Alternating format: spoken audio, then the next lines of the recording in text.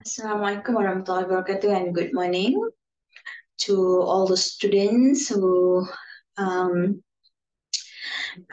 going to listen on these topics, plant disease diagnosis. Okay, so what is a plant disease diagnosis? Diagnosis itself, we say, is a process used for the identifications of the problems. So when we are talking about plant disease diagnosis, so means that we use identification process to the plant disease problem. Okay, it needs to, for the diagnosis purpose, we have to know about the plant science, especially related to disease. It's called plant pathology, and sometimes it relate with the plant agricultural entomology, which is when it's related to the insect pest damage, and then the disease come in later. All right, so it's about of investigations, and it's like detective words, because we're going to look at what is the real problems happen to the our crop. For example, in this photo, it shows that it's not healthy, has the symptoms, has the damage on the cocoa pod, which is the pod turns to become black, and as compared to this one is a green one, it looks like it's very healthy. And also what happens to this pineapple, which is, it shows that it's not healthy. So we have to do investigations in order to identify what is the reason behind this. The plants, healthy plants, tend to become unhealthy. All right, so it's about investigation process or step. All right, the first, before we start with the plant disease diagnosis, we need to know the normal appearance of the plant itself. All right, so sometimes the plants through the breeding program, so it comes with the different varieties, different cultivars with different appearance in terms of the colors, the shape.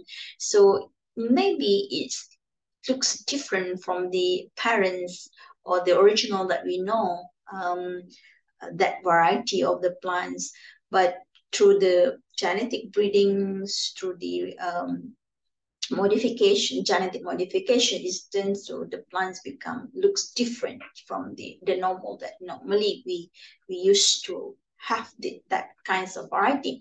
So the plants, but that is not because of the changes into the appearance. It's not because of the disease, but it's because of the genetic modification has been done to the variety. So we have to know the normal, we consider it's a normal appearance, beside the plants that shows not healthy due to the diseases, due to the other external factors, etc. So we have to do a proper plant identifications. We know that the changes in terms of the color, for example, the plants normally looks like green colors in terms of the foliar, the leaf, but through the genetic modifications, to the breeding programs, it turns the leaf becomes purplish, or becomes a yellowish, or becomes different color. So, but there is not because of abnormal. There is a because it's normal, because there is a produced through the genetics or modifications, or through the breeding program. So we have to have that the knowledge before we know that the plant is not normal. Okay, so we know the variety of the plants, recognize what is the healthy plants look like. Okay, even they have some changes of appearance. So we need to know what is the normal for that specific plants. Okay, so we have to compare the same genus, the same species, the same cultivar, unless we found that the plants tends to become difference as compared to the healthy one. For example, in this photo, it shows that this coffee bean, this one is healthy, but this one is tends to become something is like is abnormal appearance because they are in the same plants, but it tends to become abnormal. So we know there is something's wrong with this the plants. Okay, so this seems like oil palm. Also, it looks like damage has been done to the palm, and also there is signs of the pathogen is there. So it means that it's not normal. Okay. Okay, then we have to consider a possible agent for that the abnormality that we found on the plants. Okay, when the plant shows that they are not healthy, so there is some changes in terms of their normal appearance. For example, in this photo, it shows that is a mosaic. It's like these are changes in terms of the green colors become yellow. It's like chlorosis happen, and also it's a bleaching, for example, and then there is a like spot. So it means that there is not normal from the normal variety. So we need to know that either the causal for these changes or this abnormality is due to abiotics or biotic factors, because of sometimes once the plant showings that they are different from the healthy, means that they are not normals or they're abnormal. So means that there is something wrong, some things that forced them to become that with that appearance. Okay, so for abiotic factors, for example, it's non-living agent. For example, the action where the very high temperature, water stress, water lock, and also because of the heat wave, lightning strike, it caused the changes to the plants appearance of, for example, the flood, it killed the plants. All right, so that is the changes is due to the abiotic factors, means that they're non-living organism. Sometimes bleachings on the plant is not because of the pathogen, but it's because of the herbicide, phytotoxicity effects of a herbicide that cause the bleaching. And then sometimes it's also the plant showing the chlorosis, necrosis, not because of the pathogen, but because of the nutrient deficiency. So we have to make sure that the real cause to this problem.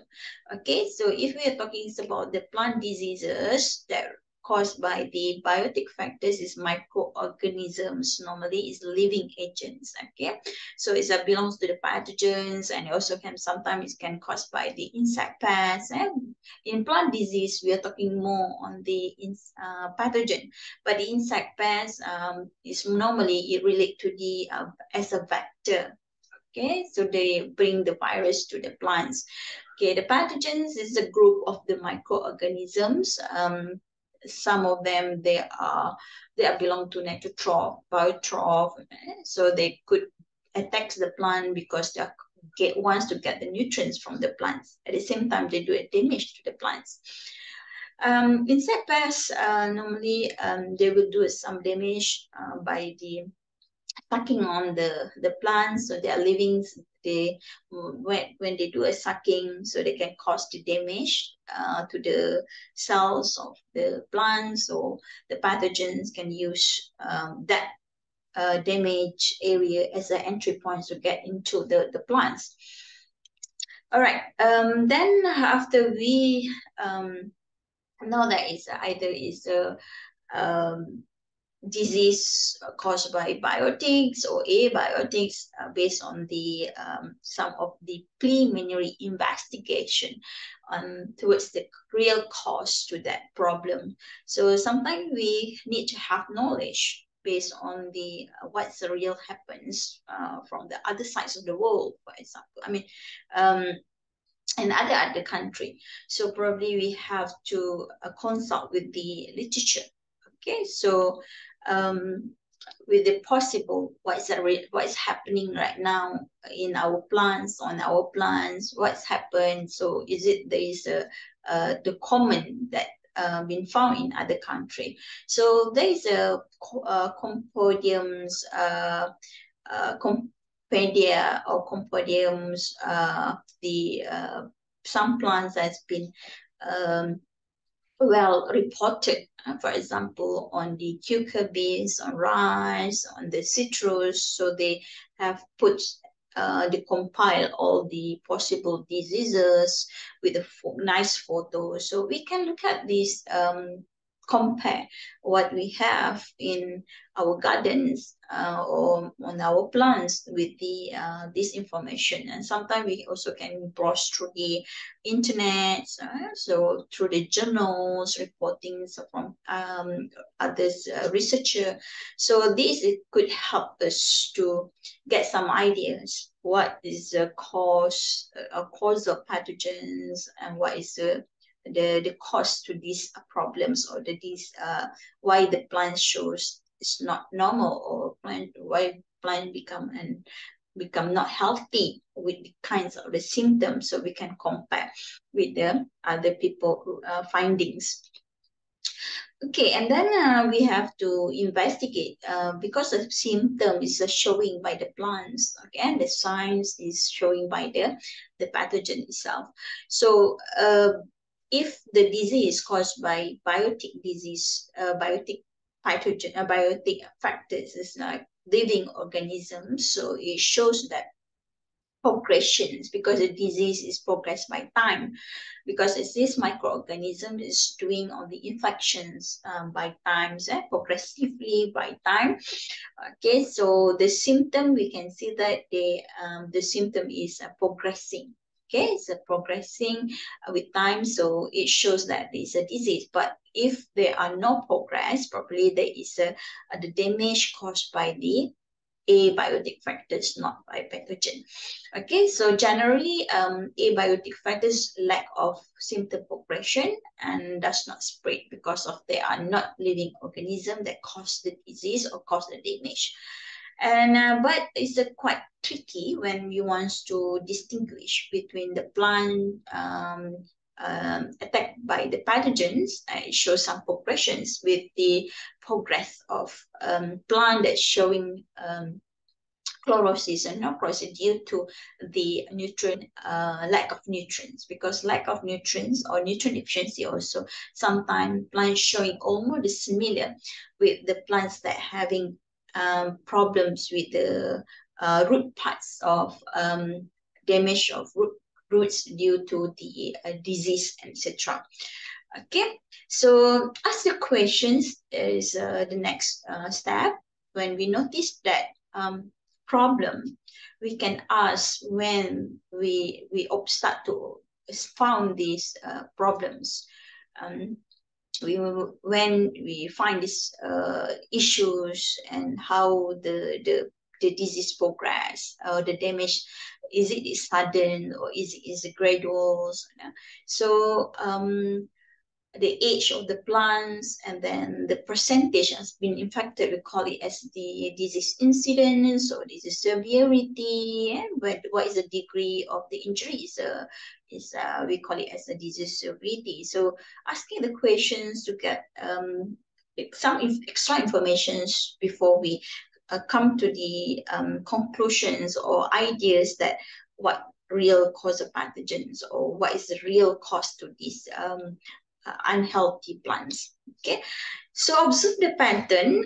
Normally for the plant that shows the or plant that having the symptom attacks by the pathogens or biotic factors, normally they have the some pattern. Okay, so the pattern is like scattered. Okay, they're scattered and localized because it shows that the movement or the spreads of the pathogen.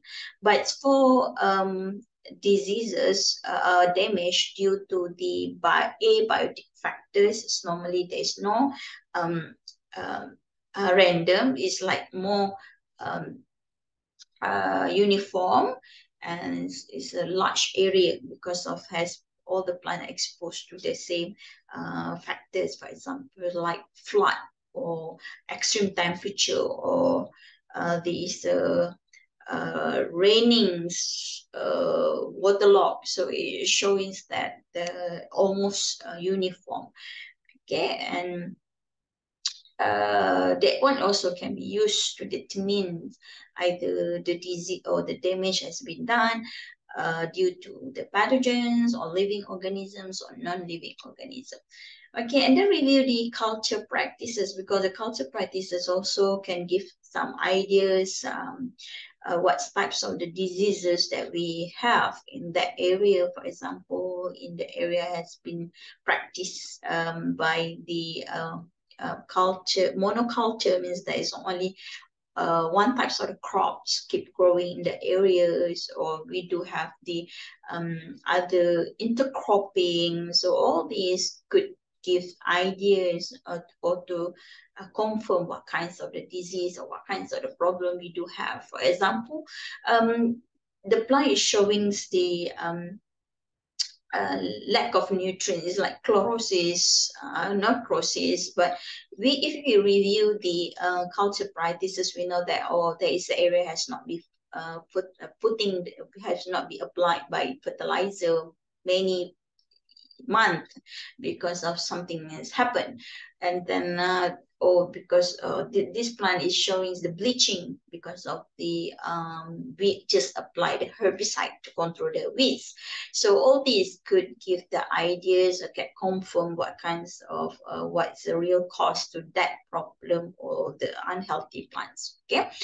So that, and also very important, so we look at the environment conditions on that time, because of environment also trigger to the plant stress, and also it will influence the developments of the pathogen itself. Okay, so we need to know that how is the conditions that times, about the temperature, about the excessive rain, for example.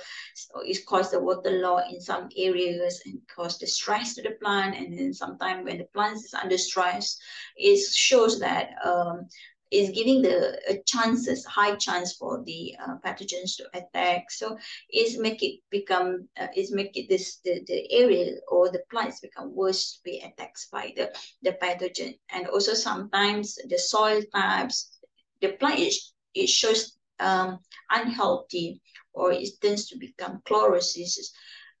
Yellowing is not because of the pathogen, but because of the soil is not fertile for the plants to grow, because of maybe the soil is bulky, so there is no space for the roots to move or to grow. So it need to be reviewed the environmental condition.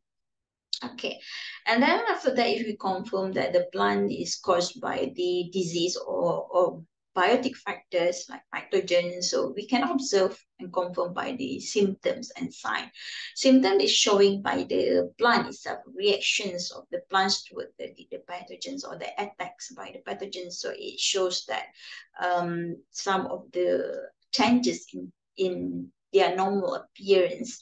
Okay, so normally we can see that is like chlorosis, some of the leaf tends to become yellow, or necrosis become the cell deaths on the leaf, for examples, or become stunted on the plant's growth. And also sometimes we can see the signs of the pathogen. For example, in this photo, it looks like it's a fungal growth on the leaf surface, and also this a bacteria ooze on the leaf surface. So by having these signs, could confirm what kinds of the pathogens that attacks on the plant.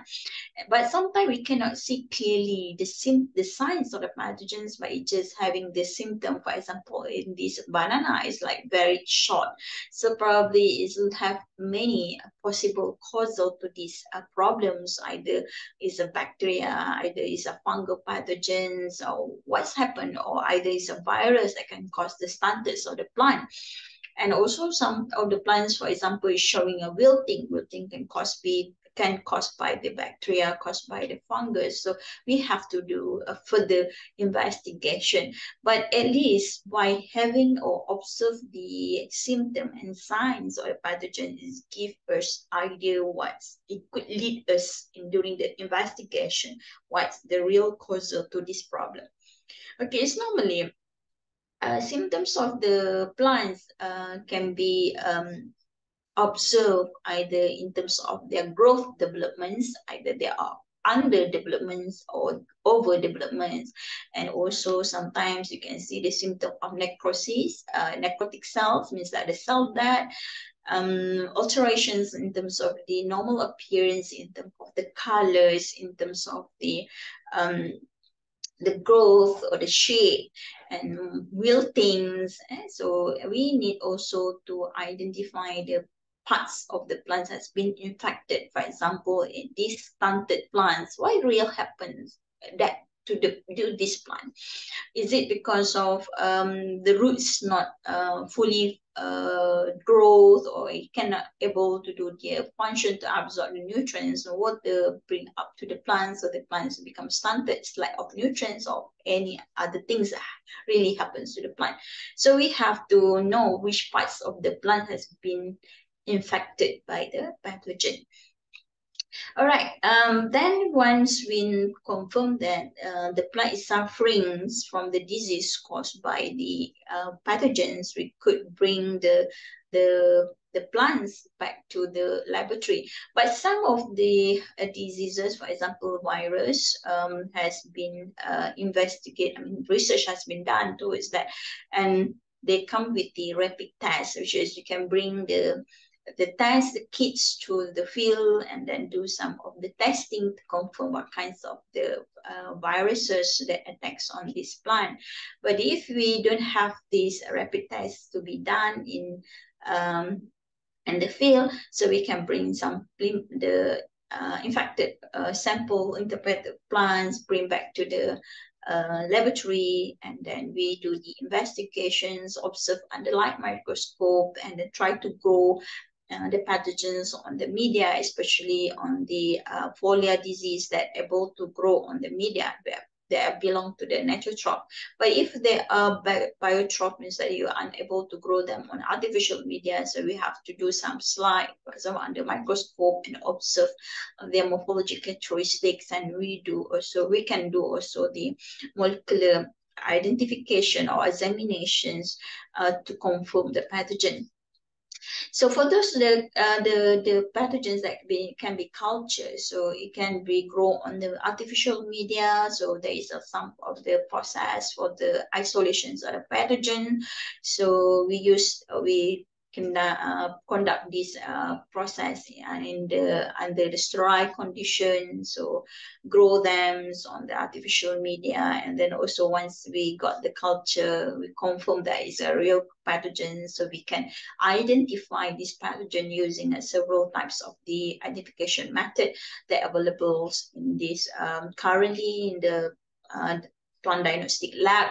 So we can do the biochemical test, we can do the biolog, also fatty acid ester analysis, molecular methods using PCR, and also the ELISA serological test to confirm the pathogen. But for those non-culturable pathogens, we're unable to culture them on artificial media, so we can use through the using ELISA, using PCR directly from the infected sample. Okay, but if the factors or the agents, causal agent that cause the plants become abnormal or not healthy due to the nematodes, so we could bring soil samples that expected to have the nematodes, so we can bring to the labs and do some of these extractions of nematodes from the soil using the Berman's funnels techniques, and then we can count the nematodes in the under light microscope. So if the nematodes has normally is a parasitic one, they have this stylet, they have no, so we can counting the percentage of the parasitic over the beneficial. So if the population of parasitic nematode is higher than the beneficial, so we can do the next step, what we're supposed to do for controlling this parasitic nematode. Okay, and then some of the cases are that plant is not being affected by the pathogens, but it's probably due to some of the abiotic factors, for example, the soil fertility, the pH, etc. So we can collect the soil sample for the soil analysis to know that this plant is not suffering the abnormal appearance because of the pathogen, but because of the lack of some of the nutrients. So we can collect the soil sample, we can collect the plant sample to do the soil analysis, to the nutrient analysis, and then we can do the biochemical analysis just to confirm what is the factors that cause the abiotic factors that cause the problems or abnormal appearance on the plant. And then if we confirm that the plant is caused by the pathogen, so we have to confirm what is the real pathogen that caused the disease. So it's normally we confirm through the pathogenicity test, which is we going to inoculate the pathogens that we isolate, and then we put back to the same species or the plants. So we fulfill the Koch postulate. So if the plants showing the same symptoms that we observed previously in the field, so it's confirmed that is the pathogens that we inoculate to the plant it cause the disease. And then we can re-isolate the pathogens and confirm is there are the same pathogen that we found during the sample that we brought to the lab. So means that is the cause of pathogen. And then normally we can use these conventional techniques, just use the Koch postulate. Koch postulate has been established a long time ago by Robert Koch, and it has 4 postulates. Which is the first must not constant association of organism with the disease plants, based on the symptom, based on the signs, and then we isolate the pathogens, characterize the pathogens, and then relate to the healthy plants with the same species and observe the symptoms. If the symptom is same like symptom that we observe during that, we collect the sample from the field, so it can confirm that there is a cause pathogens. Then we re-isolate the pathogens from the inoculated plant, so it's supposed to get the same the pathogens that we inoculate. And then once we have confirmed the disease pathogen, so we can come to the final diagnosis. So once we know what is the cause for the pathogens, which part has been attacked, which part of the plant has been attacked, so we can come with the final diagnosis report. So all the information we just fill in the reports and give us suggestions through the lab tests, what is the real cause of pathogens, what is through the identification process, what is the species of the pathogen, so how the pathogen attacks the plants, the mechanisms, etc. So once we have all the information, we can provide the final diagnosis and then come with the recommendations how to protect the plants from that pathogens, how to improve the infected plants. So we can come with the great suggestion for to controlling either through the culture practices. So means that we need to make sure that all the weedings has been done, so there's no alternative host in the area that could reduce, that can help to reduce the potential inoculums to be available in the area. So how to do the waterings, either these what is the best of irrigation system to the plants to avoid the disease spread, etc. And maybe we can apply the biological control agents to improve or to boost the plant growth, and or we can prunings to avoid the humidity in the canopy, so it reduces the humidity, so it will provide a better explanations and then prevent the disease or the pathogens growth, etc.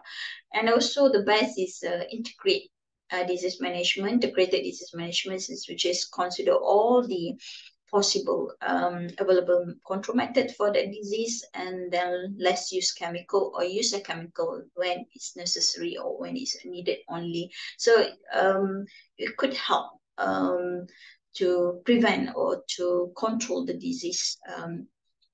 Once we diagnose, we have the proper diagnosis of the plant disease. But if we mislead the diagnosis, or we come with the wrong diagnosis, so it could lead to the waste of the practices. I mean, waste of the for example, the disease is not caused by the nematodes, but we thought that it's because of nematodes, so we apply the nematicide. It's just like a waste of the products or the some things that related is not going to solve the problem. Okay, that's all for today, and thank you.